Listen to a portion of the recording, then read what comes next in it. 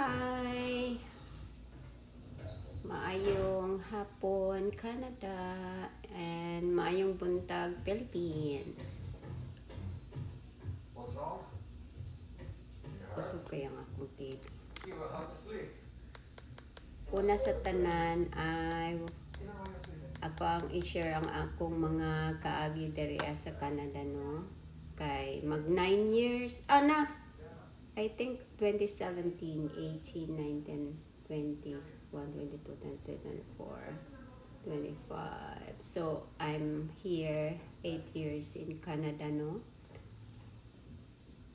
Daghan kayo kong experience there sa Canada. Siguro kung wala ko nagdako sa kalisod, dili na ko makaya. I-continue pa na ako ang akong mga experience.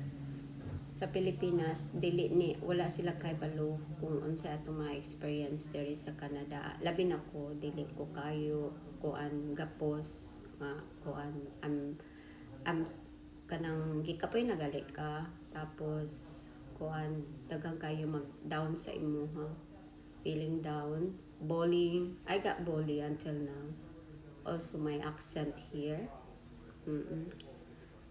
Lalo na sa mga Tagalog, kasama mo kapwa Pinoy, ano ang imong kuan accent.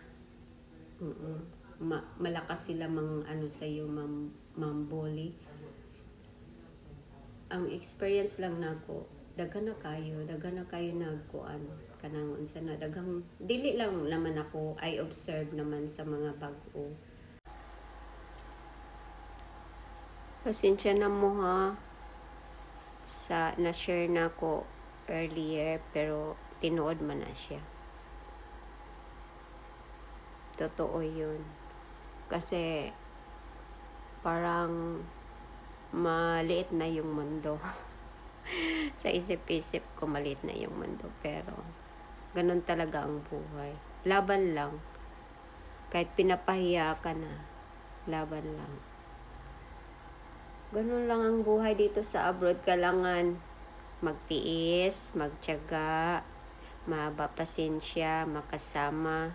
Tsaka tanggapin mo lahat kung anong mga pagsubok mo sa buhay.